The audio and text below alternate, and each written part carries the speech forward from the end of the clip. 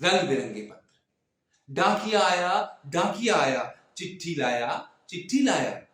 डाकिये को देखते ही मोहल्ले के सारे बच्चे डाकिये की ओर लपकते।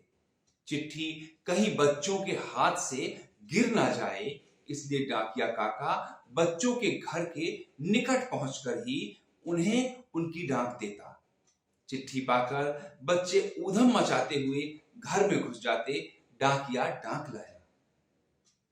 पंकज भी बाकी बच्चों की तरह उसी प्रकार शोर मचाता। डाकिया आया, चिट्ठी लाया। परंतु उसके हाथ एक भी चिट्ठी नहीं आती। इससे वह निराश हो जाता, वह बहुत दुखी रहने लगा।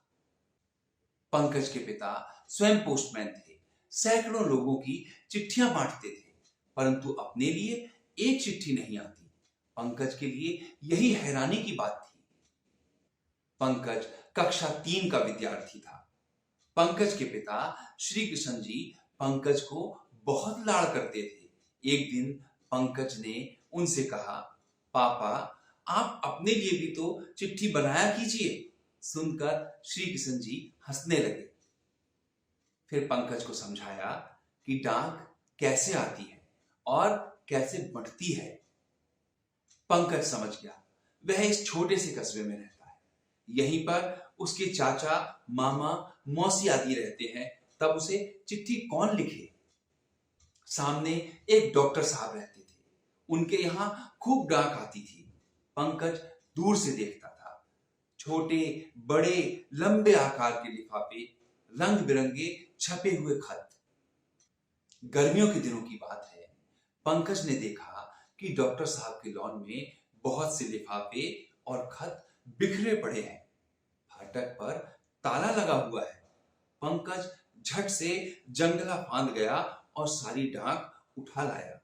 पत्रों को देख देख कर खुश होता रहा, उनसे खेलता रहा।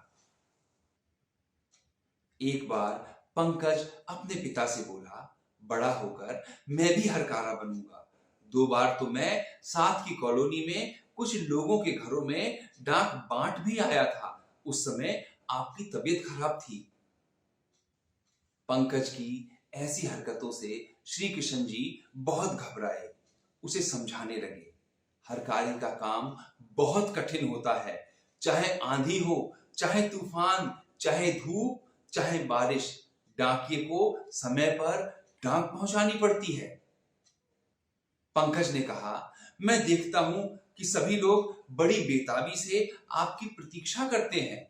श्री कृष्ण जी ने फिर समझाया, हमारी नहीं, सिर्फ अपनी डाक की प्रतीक्षा करते हैं। पंकज ने कहा, इतने बढ़िया लिफाफे भी तो छूने को मिलते हैं। श्री कृष्ण जी बोले, सारे कार्ड पराई अमानत होते हैं। तुम बड़े होकर व्यापारी बनना, डॉक्टर या नेता बनना, तब तुम्हारे नाम की बहुत सारी डाक आएगी। बड़ा होकर पंकज कॉलेज में प्रोफेसर बना। साथ ही देश भर में पंकज कुमार के नाम से एक बड़े लेखक के रूप में पहचाना जाने लगा। प्रायः हर रोज ही उसके घर पर डाकिये की पदचाप सुनाई देती। फिर एक मीठी लगने वाली आवाज, पोस्टमैन, चिट्ठी ले लो।